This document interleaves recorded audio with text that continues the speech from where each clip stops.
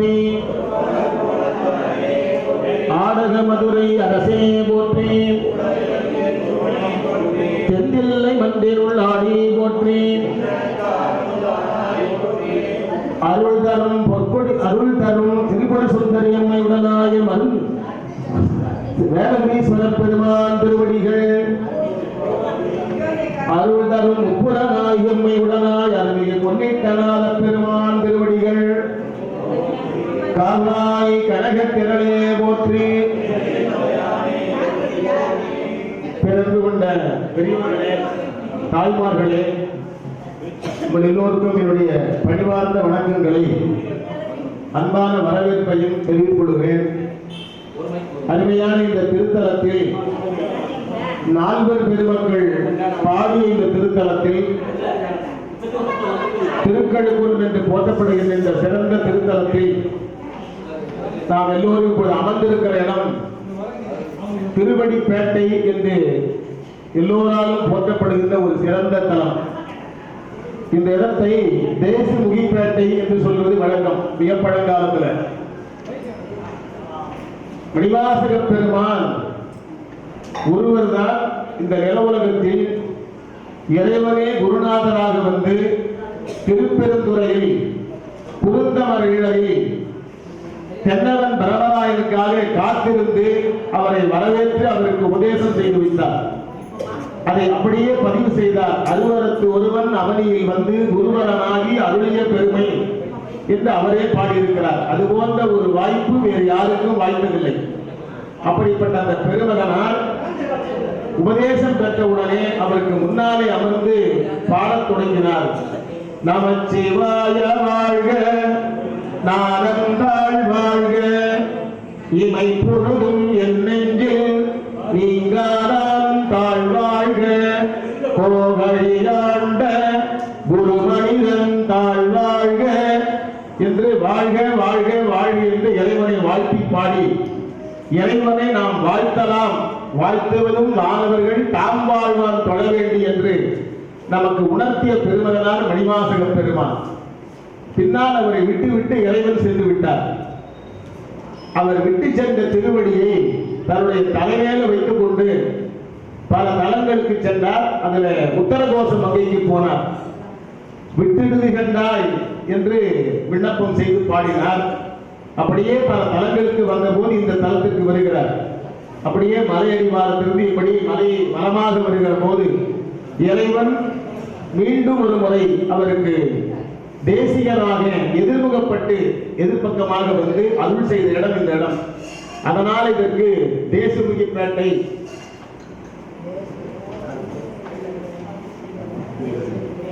அதனால் இதற்கு தேசிமுகிப்பேட்டை என்று பெயர். தேசிகர் எதிர்முகமாக வந்து மீண்டும் ஒரு முறை அருள் செய்த நிலையினாலே இதற்கு தேசிமுகிப்பேட்டை என்று பெயர் அமைந்தது. எங்களுடைய குருநாதர் அழகடிகளார் அவர்கள் இறங்குகின்றனின் சேவடிகள் இரண்டும் வைப்பிடம் இன்றியே கலங்கினேன் கலங்காமலே வந்து காட்டினாய் கழுக்குந்திலே என்று இறைவனிடம் பெற்ற அந்த திருவடி ஞானத்தை உலக மக்களுக்காக ஒரு இடத்தில் வைக்க வேண்டும் என்று குறிப்பாக உணர்த்தியதாலே இந்த இடத்திலே திருவடி வைத்தார் என்று சொல்வார்கள். அதனால எங்கள் குருநாதர் அழகரடிகள் இந்த தலத்தை திருவடி பேட்டை என்று வழங்க வேண்டும் என்று சொல்வார்கள். அதனால இந்த தலத்துக்கே திருவடி தலம் என்று பெயர். எப்படி திருவண்ணாமலையில 8 இடங்களிலே 8 லிங்கங்கள் இருக்கிறதோ அதுபோல இந்த மலையை சுற்றி 8 இடங்களிலே திருவடி இருக்கிறது. அதனால இந்த திருக்கழுக்குன்றத்தை திருவடி தலம் என்று போற்ற வேண்டும் என்று அவர்கள் சொல்வார்கள். அப்படிப்பட்ட இந்த திருவடி தலத்தில் திருவடி பேட்டையில் இந்த திருமுனையில் நாம் அமர்ந்திருக்கிறோம். ஆண்டுதோறும் இந்த இடத்தில் வந்து 4 விழாக்கள் நடைபெறும் போது இந்த இடத்தில் அமர்ந்து ஒரு சொற்பொழிவு நிகழ்ச்சி நடத்தலாம் நம்முடைய பழக்கமாக இருக்கிறது. இதை முதலாக கடந்த 78 ஆண்டுகளுக்கு முன்னாலே எங்கள் குருநாதர் அழகரடிகள் அவர்கள் சென்னை சிவனையா திருக்கூட்டத்தின் சார்பில் ஆனிமகத்தில் மணிவாசக பெருவிழாவை 4 நாள் விழாவாக தொடங்கி வைத்தார்கள். 4 நாள் விழாவாக தொடங்கி வைத்தார்கள். பின்னாலே சில ஆண்டுகள் கழித்து திருஞான சம்பந்தர் விழாவை அவர் தொடங்கினார். இசை விழா என்ற வகையிலே அதை அமைக்க வேண்டும் என்று அவர் விரும்பினார். ஏன்னா நல்லிசை ஞான சம்பந்தன் என்று சுந்தரராலே பாராட்ட பெற்றவர். நல்ல இசை பாடல்களை பலவாறு அமைத்து கொடுத்தவர் அவர். ஆகையினாலே ஞானசம்பந்தருடைய விழாவை இசை விழாவாக நடத்த வேண்டும் என்று அவர்கள் எண்ணி தொடங்கி ஒரு 3 ஆண்டுகள் அவரே முன்னிருந்து நடத்தி வந்தார்.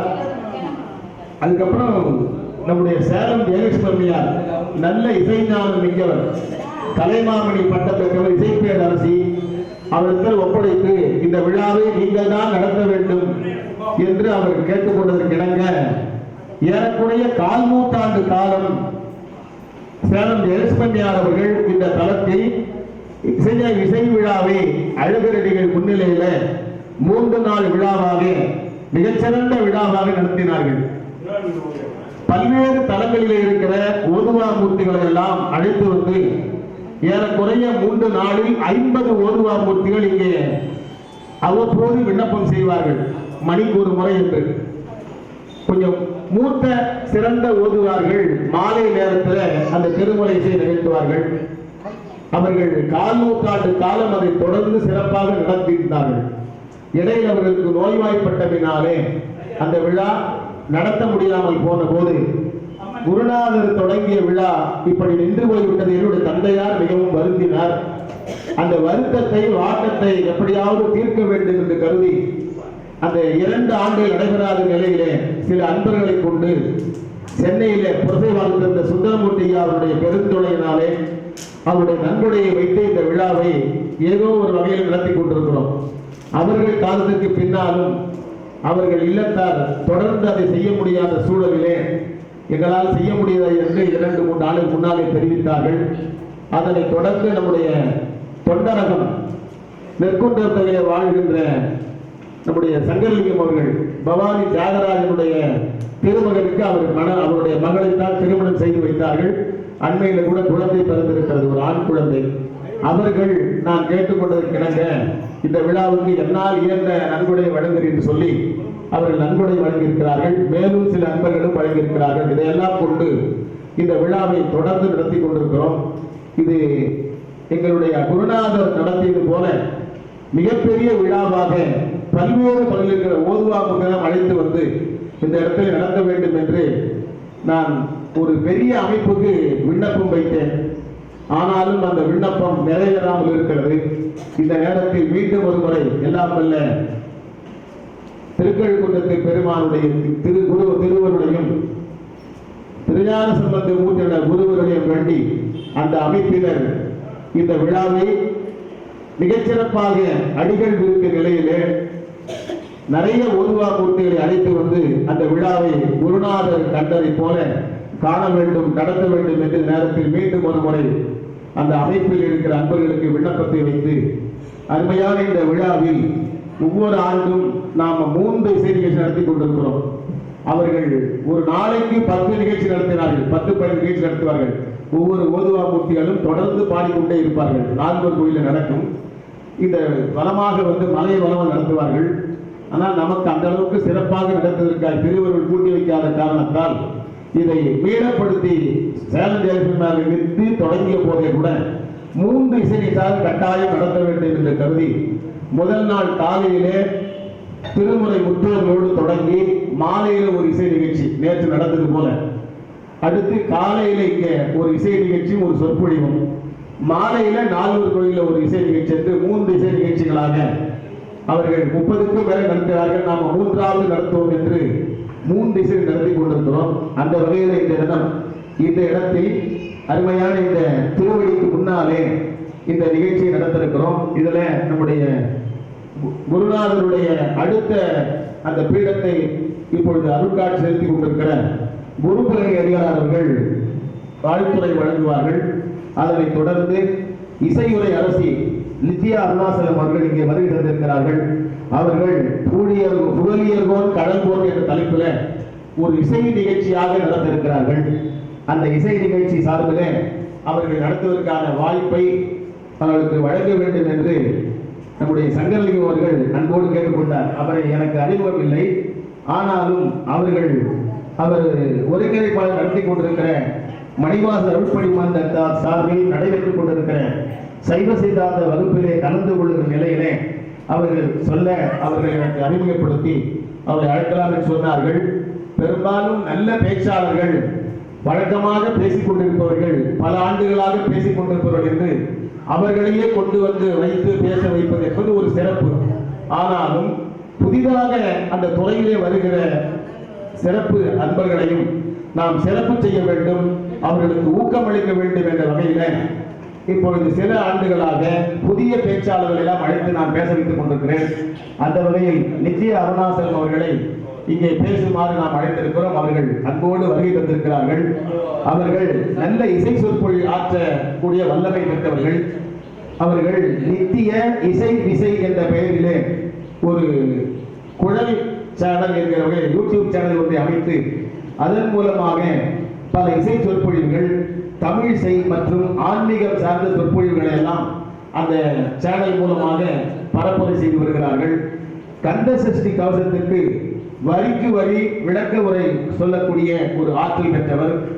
திருப்பாவை, திருவம்பாவை, திருப்பள்ளியச்சி போன்ற பாடல்களை கொண்டு நல்ல இசையோடு கூடிய சொற்பொழிவை நடத்துகிறார்கள். கதா காலட்சேபம் என்று பழங்காலத்தில் சொல்வார்கள். கதையும் வசனமாக இருக்கும், பாடலாக இருக்கும். அது கதா காலட்சேபம் என்று வடமொழி சொல்லப்பட்டதை முதல்ல இன்னிசை விரிவுரை என்று சொல்லாக்கத்தை சொன்னவர் எங்களுடைய தந்தையார் அவர்கள் தான். எல்லா கதாகாரங்களும் போடுகிற போது இவர் இன்னிசை கிருபானந்த வாரியாரின் இன்னிசை விரிவுரை என்று அழைப்பில் போடுவார்கள். அப்படி இன்னிசை விரிவுரை நடத்தக்கூடிய பேராற்றல் கொண்டவர். தித்திக்கும் திருப்பொழிவு தளத்தில பல திருப்புகழ் பாடல்களை பாடி வரிக்கு வரி விளக்கம் சொல்லுகிற ஆற்றல் கொண்டவர். அப்படிப்பட்ட அவர்கள் எம்ஏ முதுகலை இசைத்துறையிலே முதுகலை பட்டம் பெற்றவர். தற்போது ஓதுவார் வழி திருமுறை பயின்று வருகிறார்கள். அண்ணாமலை பல்கலைக்கழகத்தில் என்ஜினியர் என்கிற பொறியாளர் பதிப்பை முடித்து தியாகராஜர் ஸ்கூல் ஆஃப் மேனேஜ்மெண்ட் என்ற அந்த அமைப்பின் மூலமாக MBA முடித்து MBA படிப்பில் தங்கப்பதக்கம் பெற்ற ஒரு சிறந்த படிப்பாளி. அப்படிப்பட்டவர்கள் சென்னையில ஒரு தனியார் துறையில், அதாவது தகவல் துறை தொழில்நுட்ப துறையில மேலாளராக பணிபுரிகிறார். பார்ப்பதற்கு எளிமையாக இருந்தாலும் நல்ல படிப்பவர்கள், நல்ல பொறுப்பில் இருப்பவர். அப்படிப்பட்ட அவர்களை திருச்சிராப்பள்ளி தமிழிசை சங்கம் அவருக்கு இசை உரை அரசி என்று ஒரு விருதை வழங்கி சிறப்பித்திருக்கிறார்கள். அது மட்டும் இல்லாமல் திருச்சியில் இருக்கிற உறையூர் பகுதியில் இருக்கிற வாகீச பக்த சபை சமரச சுத்த சன்மார்க்க சங்கம் திருப்புகழ் இசைவாணி என்று விருதுகளுக்கு சிறப்பு செய்திருக்கிறார்கள். பல மேடைகளிலே சிறப்பு சொற்பொழிவு ஆற்றுகிற பேராற்றல் கொண்டவர் வழங்குகிற நித்திய அருணாசலம் அவர்களை இன்றைய தினம் நம்முடைய இந்த திருக்கழுக்குன்றம் திருவடிப்பேட்டை திருவடிக்கு முன்னிலையில் புகழியர்கோன் கடல்கோட் என்ற தலைப்பில் உரையாற்ற வந்திருக்கிற இன்னிசை விரிவுரை ஆற்ற வந்திருக்கிற அவர்களை நம்முடைய அமைப்பின் சார்பிலும் அறக்கட்டளை அன்பர்கள் சார்பிலும் வருகின்ற உங்கள் சார்பிலும் வருக வருகை என்று வரவேற்பதிலே நான் மிகுந்த மகிழ்ச்சி அடைகிறேன். அதே போல இரண்டாவது இசை நிகழ்ச்சியாக இந்த விழாவில் இன்றைய தினம் இந்த இன்னிசை விரிவுரைக்கு பின்னாலே இசை நிகழ்ச்சி நடத்திருக்கிற தேவார இசைமணி பன்னிசை இடவல் அருள்மிகு திருவான்மையூர் திருக்கோயில் மருந்தீஸ்வரர் கோயில் ஓதுவார் மூர்த்திகள் பேச்சியப்பன் ஓதுவார் அவர்களையும் உங்கள் சார்பிலும் வருக வருகை என்று வரவேற்கிறேன். அருமையான இந்த இணைய நிகழ்ச்சியில் இணை இசை கருவிகள் வாசிக்க இருக்கிற இழை இசை வாணர் C.K. விஜயராகவன், மொழிசை வாணர் மணிக்குடி சந்திரசேகரன் ஆகியோரையும் வருக வருகை என்று வரவேற்று வருகை தந்திருக்கிற உங்களையும் வருக வருகை என்று அன்போடு வரவேற்று காலையிலே நால்வர் திருக்கோயிலில் சிறப்பான முறையில் அந்த தீபாராதனை நடைபெறுகிற போதெல்லாம் கையிலே இசைக்குழு என்கிற வகையில சிறப்பான ஒரு இசை நிகழ்ச்சி நடத்தி நாம் இப்பொழுது வருகிற வரையில் வீதியில் கூட மலையை வளமாக வருகிற போது வழியெல்லாம் அந்த இசை முழக்கம் செய்து சிறப்பித்திருக்கிற இந்த இசைக்குழுவினருக்கும் என்னுடைய நெஞ்சார்ந்த நன்றியையும் வரவேற்பையும் பாராட்ட தெரிவித்துக் கொண்டு அவர்களில் 2 பெருமக்களுக்கு நம்முடைய குருபீடம் குருநாதன் அவர்கள் இப்பொழுது ஆடை போட்டு சிறப்பு செய்கிறார். அனைவரும் அமைதியாக இருந்து இந்த இன்னிசை விரிவுரையை கேட்டு சிறப்பிக்க வேண்டுமாய் அன்போடு கேட்டுக்கொண்டு மீண்டும் ஒருமுறை அனைவரையும் வருக வருக வருக என்று அன்போடு வரவேற்று இப்பொழுது மணி 11:30 மணி ஆக போகுது. 11:15 ஏறக்குறைய இந்த நிகழ்ச்சியில போட்டிருக்கிறோம். 11 மணி முதல் 12 மணி வரை பேச்சியப்பனுடைய ஓதுவார் மூர்த்தியுடைய இசை என்று போட்டிருக்கிறோம். 10 மணியிலிருந்து 11 மணி வரை நம்முடைய இசையுறை அரசியலுடைய நிகழ்ச்சி நிகழ்த்தி கொண்டிருக்கிறோம். ஆனால் நாம் என்னதான் நேரத்தில் செய்ய வேண்டும் என்று கருதினாலும் காலச்சூழல் பல்வேறு நிலைகளில கொஞ்சம் தள்ளி போகிறது. அவன் அருளாலே அவன்தாள் வணங்கி என்று சொல்லுவது போல இறைவன் என்ன நினைக்கிறாரோ அதுதான் நினைக்கும். Man disposes, man proposes, God disposes என்று ஆங்கிலத்தில் ஒரு தொடர் சொல்வார்கள். அதுபோல நாம் என்ன நினைக்கிறோம் என்பதை விட இறைவன் என்ன நினைக்கிறார், எப்படி நடந்து நினைக்கிறாரோ அது போலதான் நிகழும். அந்த வகையில ஒரு 1.25 மணி நேரம் நாம் காலதாமதம் தொடங்கி இருக்கிறோம். இருந்தாலும் அவர்கள் நேரத்தை அவர்கள் குறைக்கணும் என்பதற்காக ஒரு 11.15 மணிக்கு தொடங்குகிற இந்த நிகழ்ச்சி 12.15 அவர்கள் நிறைவு செய்வார்கள். 12:20 தொடங்கி 1:30 மணி வரையில ஓதுவா மூர்த்திகள் இசை நிகழ்ச்சி நிகழ்த்துவார்கள். அதுவரையில் நீங்கள் எல்லோரும் பொறுமை காக்க வேண்டும் என்று அன்போடு கேட்டுக்கொள்கிறேன். பொதுவாக உணவு நேரம் என்றால் ஒரு 1 மணிக்கு சாப்பிட வேண்டும். ஆனால் வள்ளுவர் சொன்னார், எதுவும் கிடைக்காத போது வயிற்றுக்கு உணவு வேண்டும் சொன்னார். ஆனால் செவிக்கு இன்பம் இருக்கிற போது வயிற்றுக்கு உணவு தேவை என்பார். அதனால செவி இன்பம் கேட்கிற 1:30 மணி வரையில நீங்கள் அமைதி காக்க வேண்டும் என்று அன்போடு கேட்டுக்கொண்டு அருமையான இந்த நிகழ்ச்சியிலே வருகை தந்திருக்கிற அனைவரையும் வருக வருக வருகை என்று அன்போடு வரவேற்று இந்த இசை நிகழ்ச்சி நிறைவு பெற்றவுடன் எதிரில் இருக்கிற செங்குந்தர் திருமண மண்டபத்தில் திரு மேற்கு தெருவை சார்ந்த திருவால் வேணுகோபால், திருமதி மங்கையர்கரசி இளைஞர்கள் சிவன் திரு லோகநாதன் அவர்கள் நினைவாக வழங்கிருக்கின்ற அந்த அறுசுவை உணவை அன்னம்பாரிப்பை ஏற்றுக்கொள்ள வேண்டுமாய் அன்போடு கேட்டுக்கொள்கிறேன். இந்த உணவு இடைவெளிக்கு பின்னாலே மீண்டும் இங்கே முற்றோதலிலே நாம் இன்னும் நிறைவு செய்திருக்கின்ற பதியங்களை இங்கே வந்து பாராயணம் செய்ய தெரிவித்துக் கொண்டு அனைவரையும் மீண்டும் ஒருமுறை வருக வருகை என்ற அன்போடு வரவேற்று திரு போற்றுதலுக்குரிய பாராட்டுதலுக்குரிய இசையுறை அரசி நித்யா அருணாசலம் அவர்களை உங்கள் எல்லோர் முன்னாலும் புகழியர்வோர் கடல் போட்டு என்ற தலைப்பில் இன்னிசை விரிவுரையாற்றி சிறப்பிக்குமாறு அன்போடு கேட்டுக்கொள்கிறேன். திருச்சிற்றம்பலம்.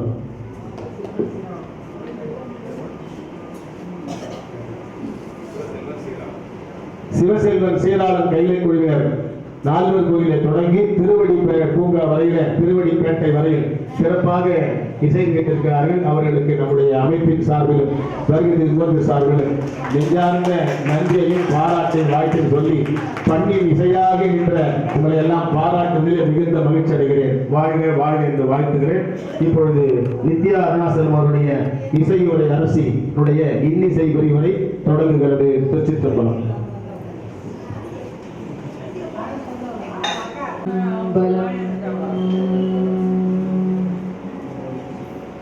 தென்னாடுடைய சிவனே போற்றி, நாட்டவர்க்கும் இறைவா போற்றி, திருக்கழுக்குன்றின் செல்வா போற்றி, பொறுப்பவர் புவனத்து அரணே போற்றி, காவாய் கனகத்திரளே போற்றி, கைலை மலையானே போற்றி போற்றி,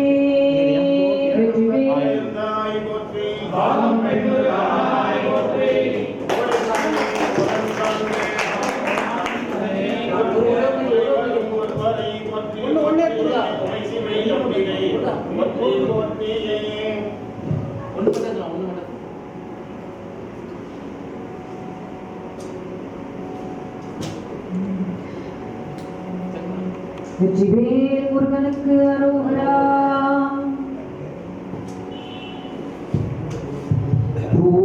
ஊழியர்கோன் வெப்பு ஒழித்த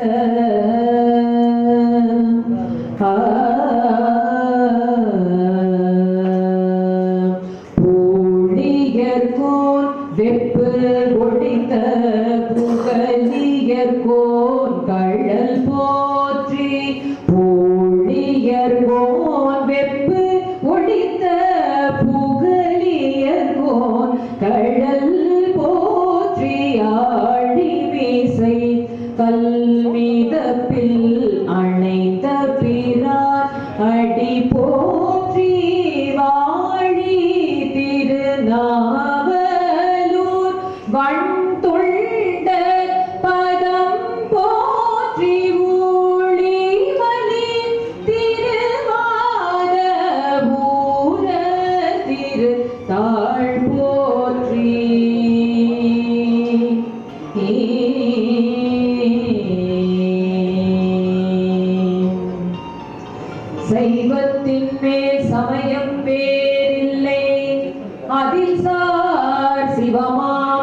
தெய்வத்தின் மேல் தெய்வம் எனும் நான் மறை செம்பொருள் வாய்மை வைத்த சீர்திருத்தேவாரம் திருவாசகம் உய்வை தரச் செய்த நால்வர் பொற்றாள் எம் உயிர் துணையே.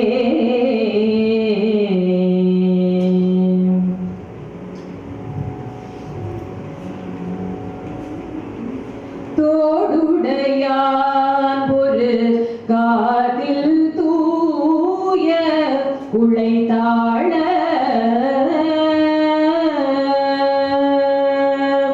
தோடுடையான் ஒரு காதில் தூய குழைத்தாழ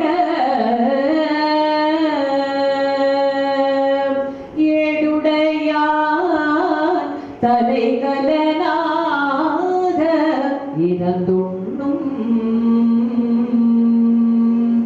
நாடுடையான் நள்ளிருள் ஏம நடமாடும்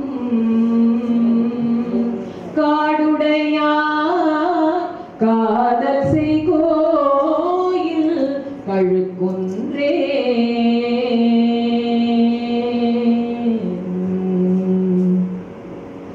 அனைவருக்கும் வணக்கம். இந்த திருக்கழுக்குன்ற திருத்தலத்திலே எழுந்து அருளியிருக்கக்கூடிய எல்லாம் வல்ல அருள்மிகு திரிபுர சுந்தரி உடனாகிய அருள்மிகு வேதகிரீஸ்வரர் பொற்பதங்களை வணங்கி இங்கே நாம் நால்வர் திருக்கோயிலே இருந்து வந்தோம். அந்த நால்வர் திருக்கோயிலே எழுந்து அருளியிருக்கக்கூடிய நால்வர் பெருமக்களின் திருவடி தாள்களை வணங்கி இங்கே ஐயா சொல்லும்போது சொன்னாங்க, திருப்பெருந்துறையிலே இருந்து அந்த குருவினுடைய திருவடிகளை சுமந்து கொண்டு வந்த அந்த திருவடிகளின் முன்பு இருக்கக்கூடிய ஒரு பெரும் பேரு நமக்கு இன்று கிடைத்திருக்கிறது. அந்த திருவடிகளையும் வணங்கி எங்களுடைய குருமார்களின் திருவடிகளையும் வணங்கி மகிழ்கிறோம். திருஞான சம்பந்தமூர்த்தி நாயனாரின் குரு பூசையை முன்னிட்டு திருக்கழுக்குன்றத்திலே இங்கே திருஞான சம்பந்தர் இசை விழா நடந்து கொண்டிருக்கிறது. இன்று திருஞான சம்பந்தமூர்த்தி மற்றும் திருநீல நக்க நாயனார், திருநீலகண்ட யாழ்ப்பாண நாயனார், முருக நாயனார் ஆகியோர் அனைவரின் குரு பூசை தினமான வைகாசி மூல திருநாளான இன்று இசை சொற்பொழிவாற்றக்கூடிய பேரு குருவருளாலும் திருவருளாலும் வாய்க்க பெற்ற பெரும் பேரு. இந்த நல்வாய்ப்பிற்காக பரிந்துரை செய்த எங்கள் சைவ சித்தாந்த வகுப்பு நெறியாளர் சங்கரலிங்கம் ஐயா அவர்களையும் வணங்குகிறேன்.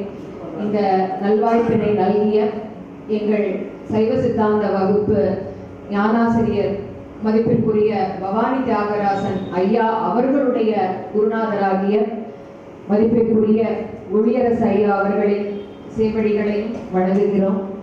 தலைமை தாங்கி விற்றிருக்கும் பெருமதிப்பிற்குரிய ஐயா திருக்குறள் பீடம் சிவத்திரு குரு பழனி அடிகள் ஐயாவின் திருத்தாள்களையும் தாழ்மையோடு வணங்குகிறோம். சற்று பயமாக இருக்கிறது. ஞானாசிரி குருநாதர் இருக்கக்கூடிய சபை, பல அடியார்கள் இருக்கக்கூடிய ஒரு சபை. பாடுவதிலோ பேசுவதிலோ பிழை இருந்தால் அதை பொறுத்து ஆசைகள் வழங்க வேண்டும் என்று கூறி இன்று குருவருளாலும் திருவருளாலும் புகழியர்வோர் கடல் போற்றி என்ற தலைப்பிலே திருஞான சம்பந்தமூர்த்தி நாயனாரை போற்றி பாட வந்திருக்கும் அனைத்து அடியார்களின் பாதங்களையும் தொட்டு வணங்குகிறோம்.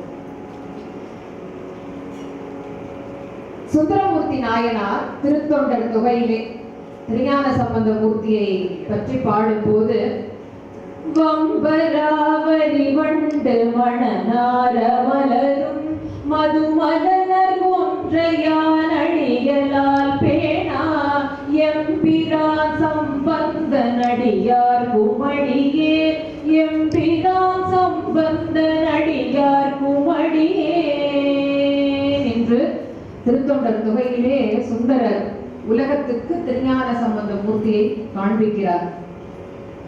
அதே நேரத்திலே திருத்தொண்டர் திரு அந்தாதியிலே நம்பியாண்டார் நம்பிகள் வையம் மகிழயாம் வாழ அமணர் வலி தொலைய ஐயன் பிரமபுரத்து அரற்கு அம்மென் குதலை செவ்வாய் பைய விழற்றும் பருவத்து பாட பருப்பதத்தின் தையல் அருள் பெற்றனன் என்பர் ஞான சம்பந்தனையே என்று திருத்தொண்டர் திரு அந்தாதியிலே நம்பியாண்டார் நம்பிகள் வகையாக 2 பாடல்களின் மூலமாக திருஞான சம்பந்தமூர்த்தியை அடுத்து போட்டிருக்கிறார். இந்த திருஞான சம்பந்தமூர்த்தி என்று நாம் பார்க்கும்போது சம்பந்தர் அதாவது சம்பந்தம் என்றால் உறவு, ஞானத்தோடு உறவு கொண்டவர், அதனால அவர் ஞான சம்பந்தர். ஞானம் என்று சொல்லும்போது பெரியவர்கள் சொல்வார்கள் 3 வகையான ஞானம் உண்டு அப்படிம்பாங்க. என்ன பாச ஞானம், இந்த உலகியலை பற்றி அறிந்து கொள்ளக்கூடியது பாச ஞானம். பசு ஞானம் என்று சொல்லும்போது தன்னுடைய ஆன்மாவை பற்றி அறிந்து கொள்ளக்கூடியது பசு ஞானம். பதிஞானம் என்று சொல்லும்போது இறைவனை பற்றி அறிய முற்படும்போது அது பதிஞானம். இப்ப ஞான சம்பந்தர் இவர் பதிஞானத்தோடு சம்பந்தம் கொண்டதனால் இவர் திருஞான சம்பந்தர் என்று வாரியார் சுவாமிகள் மிக அழகாக சொல்லுவார். தெய்வ சேக்கிழார் திருஞான சம்பந்த மூர்த்தியை பாடும்போது வேத நெறி தழைத்து ஓங்க மிகு சைவ துறை விளங்க பூத பரம்பரை புரிய புனிதமாய் மலர்ந்து அழுத சீதவளவயல் புகழி திருஞான சம்பந்தர் பாதமலர் தலை கொண்டு திருத்தொண்டு பரவுவார் என்று சேக்கிழார் பெருமான் திருஞான சம்பந்த மூர்த்தியை போற்றி பாடுகிறார். இப்ப இறைவனை அடைய வேண்டும் அப்படின்னா நம்மெல்லாம் ஒற்றை காலில் நிக்கணுமா? ஒற்றை காலில் நின்னா தான் இறைவனை அடைய முடியுமா? தேவையில்லை. பட்னி கிடக்கணுமா? பட்னி கிடந்து நிறைய விரதங்கள் இருக்கணுமா? தேவையில்லை. காட்டுக்கு போய் காலமா தவம் செய்யணுமா? அதுவும் தேவையில்லை. என்ன செய்ய வேண்டும் இறைவனை அடைய அப்படின்னா, யானே பொய் என் நெஞ்சும் பொய் என் அன்பும் பொய் ஆனால் வினையே அழுதால் உன்னை பெறலாமே என்று மணிவாசக பெருமான் சொல்கிறார். அழுதால் உன்னை பெறலாமே அப்படிங்கிறார். அப்படி அழுது அருளை பெற்றவர் திருஞான சம்பந்தமூர்த்தி. எப்படி அழுகிறார்? அம்மே அப்பா என்று அழுகிறார். முதல் முறையாக அவர் அழுவது எது அப்படின்னா வேத நெறி தழைத்து ஓங்க அழுகிறார். அதுக்கப்புறம் பாத்தீங்கன்னா இந்த சைவ துறை விளங்க 2வது முறை அழுகிறார். 3வது முறை பூத பரம்பரை பொலிய அழுகிறார். அதைத்தான் சேக்கிழார் சொல்லும் போது வேத நெறி தழைத்து ஓங்க மிகு சைவ துறை விளங்க பூத பரம்பரை பொலிய புனிதவாய் மலர்ந்து அழுத அப்படிங்கிறார். திருஞான சம்பந்த மூர்த்தியினுடைய புனிதவாய் மலர்ந்து அழுத. நமக்கெல்லாம் மனிதவாய், அவருக்கு புனிதவாய். ஏன்னா நம்மெல்லாம் அழும்போது நம்மளுடைய வாய் குவியும், அவர் அழும்போது வாய் மலர்தான். புனிதவாய் மலர்ந்து அழுத திருஞான சம்பந்தர். அப்பேற்பட்ட குருநாதரான திருஞான சம்பந்தர் சீர்காழி என்ற பதியிலே எம்பெருமானுக்கே உரிய திருவாதிரை நட்சத்திரத்திலே சிவபாத இருதயருக்கும் பகவதியாருக்கும் மகனாக பிறக்கிறார். புகலியர்கோன் என்று சொல்றோம். புகலி அப்படிங்கிறது சீர்காழிக்கு இருக்கக்கூடிய 12 பெயர்களில் ஒன்று. சீர்காழிக்கு புரவம், வேணுபுரம், பிரமபுரம் அப்படின்னு 12 பெயர்கள் நம்ம பார்க்கலாம் தேவாரத்துல. அதுல புகலி என்பது ஒரு பெயர். சேக்கிழார் இந்த சீர்காழியின் சிறப்பை சொல்லும் போது நிறைய விஷயங்கள் சொல்றாரு. அதுல ஒரு விஷயத்தை நாம எண்ணி பார்க்கிறோம். சாதாரணமா ஒரு நாள்ல நமக்கு ஒரு பகல் ஒரு இரவு அப்படின்னா, ஒரு நாள்ல ஒரு பகல் ஒரு இரவு. இந்த சீர்காழி இந்த புகலிங்கிற பதியில ஒரே நாள்ல 2 பகல் 2 இரவு. எப்படி 2 பகல் 2 இரவு அப்படின்னா, வேதியர்தம் ஓம தூமத்து இரவும் திருநீற்று ஒளியில் கிழமிய நண்பகலும். எல்லாரும் திருநீர் பூசியிருப்பாங்களாம். அந்த ஒளியினால சாதாரணமா இருக்கிற பகலை விட இன்னொரு பகல் இருக்கு. எல்லாரும் ஓமங்கள் வளர்த்து கொண்டே இருப்பாங்களாம். அந்த ஓமத்துல வர அந்த ஓம தூம புகையினால சாதாரண பகலை விட இன்னொரு பகல் அந்த ஊர்ல இருக்கும். அப்பேற்பட்ட அந்த பதியிலே அதாவது 71 பதிகங்கள் பெற்ற திருத்தலம். நமக்கு இருக்கக்கூடிய தேவார பதிகங்கள்ல மிக அதிகமான தேவார பதிகங்கள் பாடப்பட்ட தலம் சீர்காழி. அப்பேற்பட்ட அந்த சீர்காழி, அந்த புகழி அப்படிங்கிற பதில தான் அவர் அவதாரம் செய்கிறார்.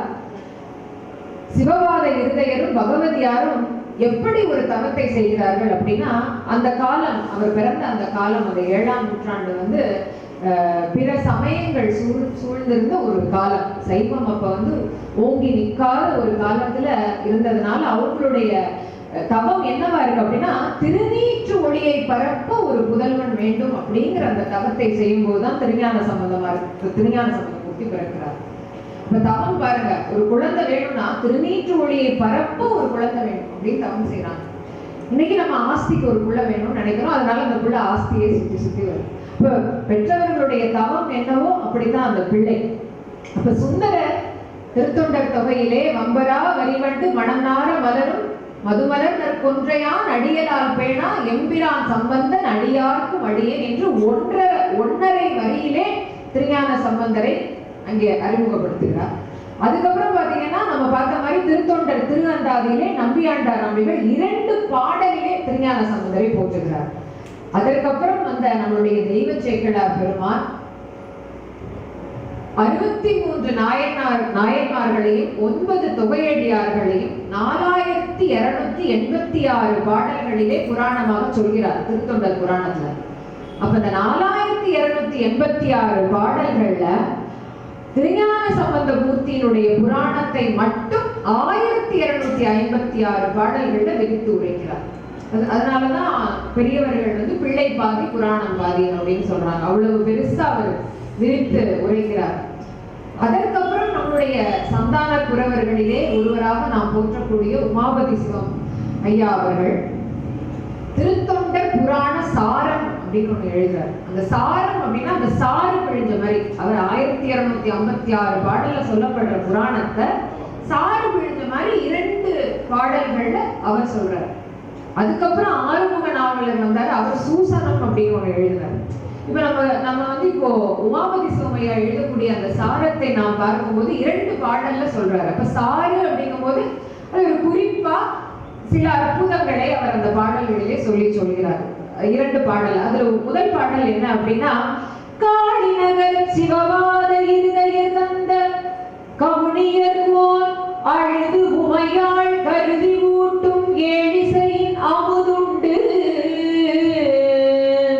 தாழம் வாங்கி இலங்கிய நித்தில சிவிகை இசையை ஏறி வாழு முயலன் அகற்றி பந்தரேந்து வடக்கிளி வெற்று அரவின் விடமல்கள் தீர்த்து வேணி நகர் காசு எய்தி மறை கதவம் பிடித்து மீனவன் மேனியின் வெப்பு விடுவித்தாரே.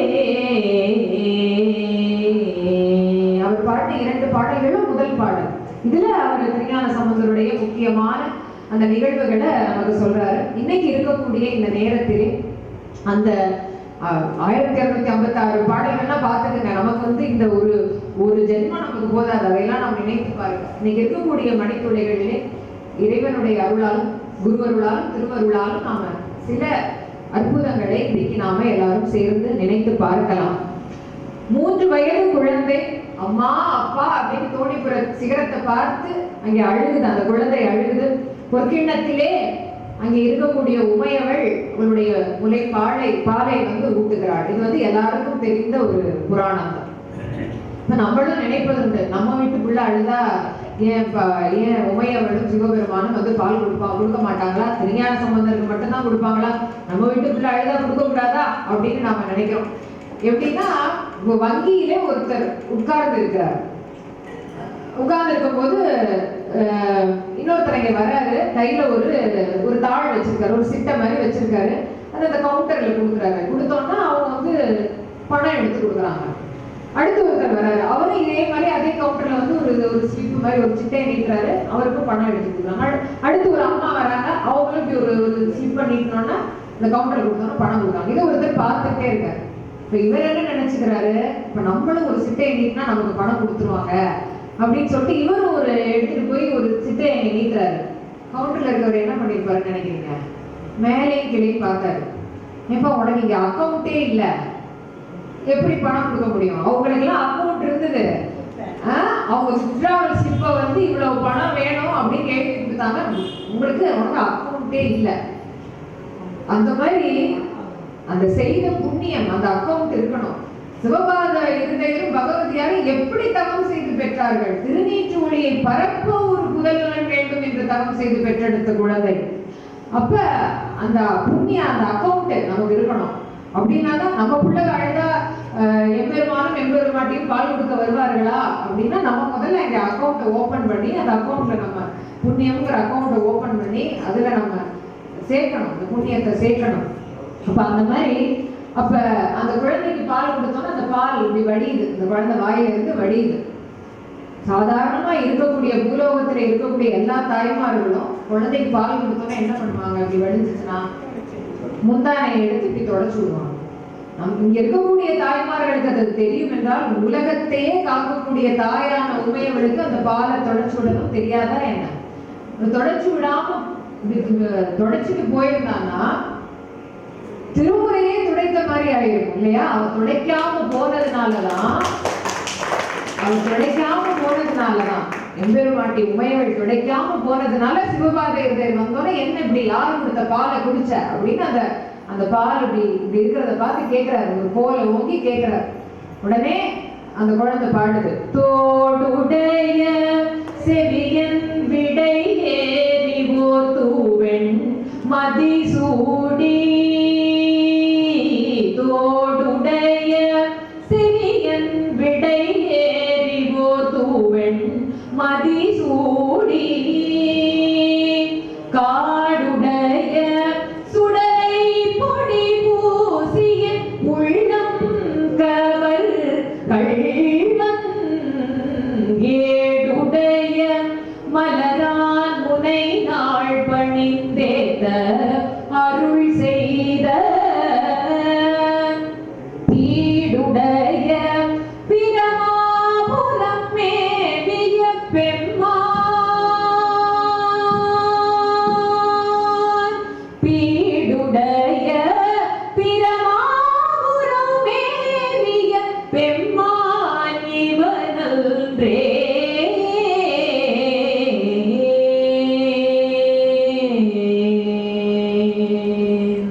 என்று திருஞான சம்பந்தமூர்த்தி 3 வயது குழந்தையாக இருக்கும் போது அந்த திருமுறையின் முதல் பதிகத்தின் முதல் பாடலை பாடுகிறார். அதுக்கப்புறம் எவ்வளவு பாட்டு பாடினாரு?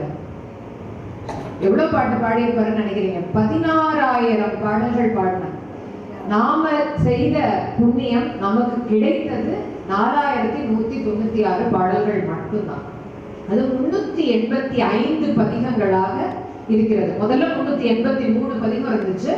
அதுக்கப்புறம் பிற்சேர்க்கையா 2 பதிகங்கள் கிடைச்சது. திருவிடைவாய், அதுக்கப்புறம் திருவெளியனூர்ல கிடைச்சது. 385 பதிகங்களை தான் பன்னிரு திருமுறையிலே முதல் 3 திருமுறையாக நாம் வைத்து போற்றுகிறோம். திருஞான சம்பந்தமூர்த்தி அருள்ன அந்த பதிகங்கள். இந்த குழந்தை திருஞான சம்பந்தமூர்த்தி 3 வயசு. முதல் யாத்திரை, முதல் திருத்தல யாத்திரை அந்த சீர்காழியிலே இருந்து கிளம்பி திருக்கோலக்கா அப்படின்னு இருக்கக்கூடிய பக்கத்துல இருக்கக்கூடிய அந்த ஊருக்கு போறார். போய் அங்க இருக்கக்கூடிய எம்பெருமானை வணங்கி எப்படி பாடுறாரு? 3 வயசு குழந்தை இப்படி கையில தாளம் போட்டு இந்த பதிகத்தை பாடுறாரு. மடையில் வாழை பாய மாதரார் குடையும் பொய்கை கோலக்கா, மடையில் வாழை பாய மாதரார் குடையும் பொய்கை கோலக்கா, சடையும் பிறையும் சாம்பல் பூச்சும், சடையும் பிறையும் சாம்பல் பூச்சும், கீழுடையும் கொண்ட உருவமென் கோலோ. அந்த குழந்தை இப்படி கையை தட்டி தட்டி இந்த பாட்டை பாடணும்னா எம்பெருமான் ஐயோ இந்த குஞ்சு குழந்தை இப்படி தட்டி பாடுதே அப்படின்னு திருவைந்தெழுத்து மந்திரம் பொறிக்கப்பட்ட நமச்சிவாய மந்திரம் பொறிக்கப்பட்ட பொற்றாளத்தை அந்த குழந்தைக்கு வழங்குறார். இப்ப அந்த பதிகத்துல இருக்கக்கூடிய மீதி பாடலை அவர் அந்த தாளத்தை போட்டுதான் அங்கே பாடுறாரு. அதனாலதான் அங்க இருக்கக்கூடிய இறைவனுக்கு திருத்தாளமுடையார், அங்க இருக்கக்கூடிய உமையவளுக்கு ஓசை கொடுத்த நாயகி அப்படிங்கிற அந்த பெயர்.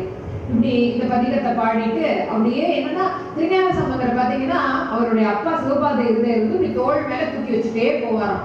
அவரோட கூட நிறைய அடியார்கள் போயிட்டே இருப்பாங்களாம். அப்படி ஒரு அடியார்கள் மாதிரி வரக்கூடிய ஒரு பெரும் பேரு நமக்கு இன்னைக்கு கிடைச்சது. அது என்ன நம்ம பெரிய பேர். அப்படி அவர் ஒவ்வொரு ஊரா போயிருக்காரு. அப்படி போகும்போது அந்த காலத்துல திருநீலகண்ட யாழ்ப்பாணர் அப்படிங்கிற நாயனார் இருந்தார். நல்ல யாழ் வாசிக்கக்கூடியவர். அவருடைய மனைவி மதங்க சுள்ளாமணியார். அவங்க அந்த இசையோடு பாடக்கூடியவங்க. அவங்களும் திருஞான சம்பந்தரோட சேர்ந்து நிறைய தலங்களுக்கு பயணிக்கிறாங்க.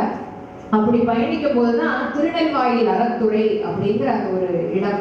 அந்த இடத்தை நோக்கி போகும்போது குழந்தை அப்பாவோட தோல்ல இருந்து இறங்கி நானே நடந்து போறேன் அப்படின்னு நடக்கிறாரு. நடக்கும்போது அப்பா இந்த சின்ன காலில் இவர் நடக்கிறாரே அப்படின்னு நினைக்கும் போது அவருடைய உடலுக்கு அப்பா சிவபாத இருதயர், உயிரோட அப்பா அவர் இல்லையா, எம்பெருமான் இல்லையா, அவருக்கு தாமமா உடனே அந்த குழந்தை இங்கே வருவதற்காக முத்து சிவிகை பல்லாக்கு, முத்து குடை, அதற்கப்புறம் முத்து சின்னங்கள் எல்லாம் அந்த திருநெல்வாயில் அறத்துறையிலே வழங்குகிறார். அதற்கப்புறம் திருப்பாச்சிலாச்சிராமம் அப்படிங்கிற ஒரு தலத்துக்கு அவர் வருகிறார். நிறைய தலங்களுக்கு போறாரு. நாம சில தலங்களை நினைத்து பார்க்கிறோம். பாச்சிலாச்சிராமம் அப்படிங்கிற அந்த தலத்துல பாத்தீங்கன்னா அங்கே கொல்லி மழவன் அப்படிங்கிற ஒருவன், அவனுடைய மகளுக்கு முயலகன் அப்படிங்கிற அந்த நோய். முயலகன்னா ஒரு வாதம் இழுத்துக்கிட்டு அப்படியே ஒரு மாதிரி இருக்கக்கூடிய ஒரு வாதம். திருப்புகள்ல கூட அருணகிரிநாதர் பாடுவார், இருமலுரோக முயலகன் வாதம் எரிகுணநாசி விடவே நீரிழிவு விடாத தலைவலி சோகம் எழுகல மாலை இவையோடே அப்படின்னு பாடுவார். அப்ப அந்த முயலகன் அப்படிங்கிறது அந்த ஒரு வாத நோய்.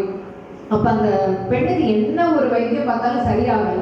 அந்த பெண்ணை கொண்டு அங்கே இருக்கக்கூடிய கோயில் இறைவர் முன்னாடி கிடத்தி அவர் வருத்தத்தில் இருக்கார். அப்பதான் திருஞான சம்பந்தர் அங்கே வருகிறார். வந்த உடனே அங்கே அவர் அருளக்கூடிய பதிகம் தான் துணிவள திங்கள் துளங்கி விளங்க சுடச்சடை சுற்றி முடித்து பணிவள கொள்கைய பாரிடம் சூழ வாரிடமூபலி தேவர் அணிவள கோலம் எல்லாம் செய்து பாச்சிலாச்சிராமத்து உரைகின்ற மணிவள கண்டரோ மங்கையை வாட மயில் செய்வதோ இவர் மாண்பே, மங்கையை வாட மயல் செய்வதோ இவர் மாண்பே அப்படின்னு சொல்லி இந்த பதிகத்தை பாடி அந்த முயலகன் நோய் அந்த பெண்ணுக்கு குணமாகும். இதுல கவனிக்க வேண்டிய விஷயம் என்ன அப்படின்னா, முயலகன் அப்படிங்கிறது வாதம் ஒரு நோய். முயலகன் அப்படின்னா நடராஜருடைய திருவுருவத்துல நீங்க பாத்தீங்கன்னா அந்த வலது காலுக்கு கீழே ஒரு வலிந்து அப்படி வாதம் வந்த போல நெளிந்து கிடக்கக்கூடிய அந்த அசுரனுக்கும் முயலகன் என்ற பெயர். அப்ப அந்த இடத்துல அவர் இந்த பாடலை பாடுவதனால் அந்த கோயிலே நடராஜருக்கு கீழே அந்த முயலகனே மறைந்து விட்டதாக சொல்லுவார்கள். அப்படி ஒரு சிறப்பு அந்த திருப்பாச்சிலாச்சிராமத்திலே. அடுத்து பாத்தீங்கன்னா திருப்பட்டீச்சரத்துக்கு அவர் நடந்து வரும்போது ரொம்ப வெயிலா இருக்கு அப்படின்னு சொல்லிட்டு முத்து பந்தல் கொடுப்பாரு. இந்த மாதிரி திருஞான சம்பந்தர் நமக்கு காண்பித்தது மகன்மை நெறி. அதாவது சிவபெருமான அப்பாவா நினைச்சு தான் மகனை போல அந்த ஒரு உறவைத்தான் அந்த ஒரு நெறியைத்தான் நால்வர் பெருமக்களிலே அவர் நமக்கு காண்பித்து சென்றிருக்கிறார். அப்ப அவர் உயிருக்கு அப்பா மாதிரி குழந்தைக்கு ஒண்ணுன்னா எப்படி வருத்தமோ அந்த மாதிரி எல்லாமே கொடுத்திருப்பாரு அவருக்கு. முத்து பந்தல், முத்து கொடை, முத்து சிவிகை, அதே மாதிரி பொற்றாளம் அப்படின்னு நிறைய கொடுத்திருப்பாரு. அடுத்து பாத்தீங்கன்னா இப்ப நம்ம ஒரு ஒரு முக்கியமான ஒரு நிகழ்வுக்கு வருகிறோம். ஒரு நல்ல ஒரு நிகழ்வுக்கு என்ன அப்படின்னா திருஞான சம்பந்தமூர்த்தி திருமருகல் அப்படிங்கிற ஒரு இடத்துக்கு அடியவர்களோடு சேருகிறார். இப்ப நால்வர் பெருமக்களும் பாத்தீங்கன்னா சமய தொண்டை காட்டிலும் சமுதாய தொண்டை அதிகமாக செய்தவர்கள். சமுதாய தொண்டு செய்வதன் மூலமாக சமயத்தை மக்களிடத்தை கொண்டு சேர்த்தவர்கள் என்றும் நாம் சொல்லலாம். ஏன்னா சைவ நெறியை பொறுத்தளவுக்கு தொண்டு அப்படிங்கிறது தான் ஒரு பெரிய பாஸ்வேர்டுன்னு சொல்லலாம். சுருக்கமா சொல்லணும்னா அந்த தொண்டு தான் பாஸ்வேர்டு. அந்த மாதிரி சைவ நெறி வந்து அந்த தொண்டை தான் நமக்கு வந்து காண்பிக்கிறது. அப்ப ஞானசம்பந்தமூர்த்தி இந்த திருமருகலிலே அவர் அந்த சமுதாய தொண்டை எப்படி செய்கிறார் அப்படிங்கிறதுக்கு இந்த நிகழ்வு வந்து மிகச்சிறந்த எடுத்துக்காட்டாக இருக்கிறது. எப்படின்னா ஞானசம்பந்தர் அடியார்களோடு வராரு, வந்து திருமருகல் வந்து சேர்றாங்க. அநேகமா சேரும் போது ரொம்ப இரவு நேரம் ஆயிருக்கலாம் அப்படின்னு நினைக்கிறோம். அது வந்து என்னன்னா கோயில் அடிச்சிருப்பாங்களா இருக்கும். அப்ப எல்லாரும் வந்தவங்க எல்லாம் அங்க இருக்கக்கூடிய ஒரு மடத்திலே அன்றைக்கு இரவு தங்குகிறார்கள். காலையில எந்திரிச்சோன்னா பெருமானை வணங்கி விட்டு நம்ம அடுத்த தலத்துக்கு போகலாம் அப்படின்னு சொல்லிட்டு எல்லாரும் இரவு தங்குகிறார்கள். தங்கும்போது என்ன ஆகுது அப்படின்னா அடுத்த நாள் காலையில எந்திரிக்கிறாங்க. எந்திரிச்சு எல்லாரும் அவருடைய காலை கடன்களை முடித்து விட்டு திருஞான சம்பந்தமூர்த்தி அந்த திருமணத்திலே இருந்து காலை வெளியே எடுத்து இப்படி வைக்கிறார். சிவபெருமானை வணங்க போறார். காலை தான் வைக்கிறாரு. சடையாய் அப்படின்னு ஒரு அழுகுரல், ஒரு பெண்ணுடைய ஒரு குரல் கேட்கிறது. சடையாய் அப்படின்னு ஒரு கதற ஒரு குரல். ஒரு உடனே எடுத்த காலை அப்படியே நிறுத்திட்டு என்னடா இந்த குரல்? இதே சூழ்நிலை இப்ப நமக்கு வந்துருந்தா நம்ம என்ன பண்ணிருப்போம்னு ஒரு நிமிஷம் யோசிச்சு பாக்குறோம். என்ன அப்படின்னா நம்ம இப்ப போறோம்னு வச்சுக்கோங்களேன், நம்ம உறவுக்காரங்களோட நம்ம நண்பர்களோட ஒரு கோயிலுக்கு போய் தரிசனம் பண்ணிட்டு வரோம். போறோம், சாயங்காலம் ரொம்ப லேட்டா இரவு நேரம் ஆயிடுது, கோயில் அடைச்சிட்டாங்க. சரி ஒரு விடுதியில தங்குவோம். தங்கிட்டு வெள்ளனா எந்திரிச்சு இறைவனை வணங்கி விட்டு போவோம்னு போய் தங்குறோம். அடுத்த நாள் காலையில எந்திரிக்கிறோம். அப்படி கோயிலுக்கு வர்ற அந்த வாசல்ல ஒரு நடக்கக்கூடாது, யாராவது ஒருத்தவங்க இறந்துட்டாங்கன்னு வச்சுக்கோமே, உடனே நம்ம என்ன பண்ணுவோம்? இந்த வழியா போனா கோயிலுக்கு போக முடியாது, தலைக்கு குளிக்கணும், தீட்டாயிரும் அப்படின்னு சொல்லிட்டு வேற ஒரு வாசல் இருந்தா நம்ம அந்த வழியா போய் சாமியை கும்பிட்டு நாம போயிடுவோம் இல்லையா? திருஞான சம்பந்தமூர்த்தி அங்கே என்ன செய்கிறார் அப்படின்னா அந்த அந்த ஒரு அழுகுரல் வந்ததே, அது என்ன குரல் அப்படின்னா இறைவன் அப்புறம் பார்த்துக்கலாம் அப்படின்னு அந்த காலை தூக்கி வச்ச காலை எடுத்து வச்சுட்டு என்ன அழுகுரல், யார் அழறா அப்படின்னா அங்கே ஒரு பெண் அழுது கொண்டிருக்கிறா. அந்த பக்கம் பக்கத்துல வந்து ஒருத்தர் இறந்து கிடக்குறாரு, அவரை பாம்பு கடிச்சிருச்சு அப்படின்னு சொல்றான். என்ன கதை, என்ன நடந்தது, யார் இந்த பெண் அப்படின்னு கேட்கும்போது அவருக்கு என்ன தெரிய வருது அப்படின்னா வைப்பூர் அப்படிங்கிற ஒரு ஊர்ல ஒரு வைசியர் இருந்திருக்கிறாரு. அவருக்கு ஒரு 7-8 பெண்கள். இந்த வைசியருக்கு ஒரு மைத்துனன். இவர் என்ன சொல்றாரு, என்னோட பொண்ணுல ஒருத்தையும் உனக்கு கட்டி கொடுக்குறேன் அப்படின்னு சொல்லி சொல்லி அதை விட வசதியான ஒரு பையன் வந்தோன்னா அந்த பையனுக்கு தன்னுடைய மகள்கள் எல்லாம் அப்படியே கட்டி கொடுத்து இவனுக்கு என்ன கட்டியே கொடுக்கல அப்படியே சொல்லி ஏமாத்திக்கிட்டே வர்றாரு மாமா. இப்ப அந்த கடைசி பொண்ணு ஒண்ணு இருக்கு. அந்த பொண்ணு பாத்தீங்கன்னா சிவபெருமானை கும்பிடக்கூடிய பெண். ஒரு நியாய தர்மம். அவளுக்கு என்னடா அப்பா இப்படி சொல்லி மாமாவை ஏமாத்திக்கிட்டே இருக்காரே, இப்படி பண்ணக்கூடாது, மாமா நம்ம மேல எவ்வளவு அன்பா இருக்காரு, அதனாலதானே கட்டிக்கணும்னு நினைக்கிறாரு, இப்படி சொல்லி ஏமாத்தலாமா அப்படின்னு அவளுக்கு ஒரு உறுத்தல். உடனே அவர் என்ன செய்யறா, மாமனுக்கு சொல்லி அனுப்பி இரவு நேரத்திலே 2 பேரும் ஊரை விட்டு வந்து விடுகிறார்கள். வந்தவங்க இந்த திருமருகலுக்கு வந்து சேர்கிறார்கள். இப்ப இவங்க வந்து ஞானசம்பந்தரும் அடியார்களும் மடத்தோட ஒரு பக்கத்துல இருந்தாங்கன்னா இவங்க மடத்தோட இன்னொரு பக்கத்துல இருந்தாங்கன்னு வச்சுக்கோமே. அப்ப இரவு தூங்குறாங்க. அந்த தூங்கும் போது ஒரு நாகம் வந்து இவனை தீண்டி அவன் தூக்கத்திலே இறந்து விடுகிறான். அதாவது வீட்டை விட்டு வந்து இவங்க 2 பேரும் உரிமையான பெண், அவ வந்து தீண்டல, ஆனா உரிமையே இல்லாத நாகம் வந்து தீண்டி அவன் இறந்து விட்டான். இப்ப என்ன ஒரு இக்கட்டான சூழ்நிலை இந்த பெண்ணுக்கு அப்படின்னா, அம்மா வீட்டுக்கு போக முடியாது, சொல்லாம வந்தாச்சு.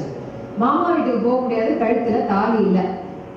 ஐயோ ஐயோன்னு அழுகிறா. சிவபெருமான சொல்லி சொல்லி எம்பெருமானே உன்னையும் என் மாமனையும் நம்பிதானே நான் வந்தேன். அப்ப அழும்போது கூட அவனை தொட்டு கூட அழலையாம். கல்யாணம் ஆகலையில அப்படி தள்ளி உட்கார்ந்து பக்கத்துல தன்னைத்தானே இப்படி அழிச்சுட்டு கதறி அழுகிறா. இதை திருஞான சம்பந்தர் இதை கேள்விப்பட்டோம்னா அந்த இடத்துக்கு வராது. அந்த அந்த பெண் அழுகும் போது சடையாய் விடையாய் உன்னை சரணடைஞ்சேனே அப்படின்னு சிவபெருமான சொல்லி சொல்லி அழுகிறா. அதை பார்க்கும்போது திருஞான சம்பந்தமூர்த்தியால அதை தாங்க முடியுது. உடனே அந்த பெண்ணை கூட்டிக்கிட்டு சிவபெருமான் முன்னாடி கூட்டிட்டு வந்து சிவபெருமானை பார்த்து அவருக்கு ஒரு கோவம். அந்த பெண்ணோட வலியை தன் மேல ஏத்துக்கிட்டு, சிவபெருமானே இது நீ பார்த்துக்கிட்டு இருக்கியே, உனக்கு அபிஷேகம் தேவையா, உனக்கு பூசை தேவையா, உன்னை சொல்லி சொல்லிதானே கதறி அழுகிறா, அவளுக்கு ஒரு வழி நீ செய்ய வேண்டாமா? இப்படி இருக்கிறது வந்து உனக்கு பெருமையா, உனக்கு சிறப்பா, உன் சடையாய் விடையாய் உன்னை சொல்லி சொல்லிதானே அழுகிறா அப்படின்னு அந்த பெண்ணுடைய குரலாக இந்த பதிகத்தை அவர் பாடுறாருங்க. சடையாய் எனுமால் சரணே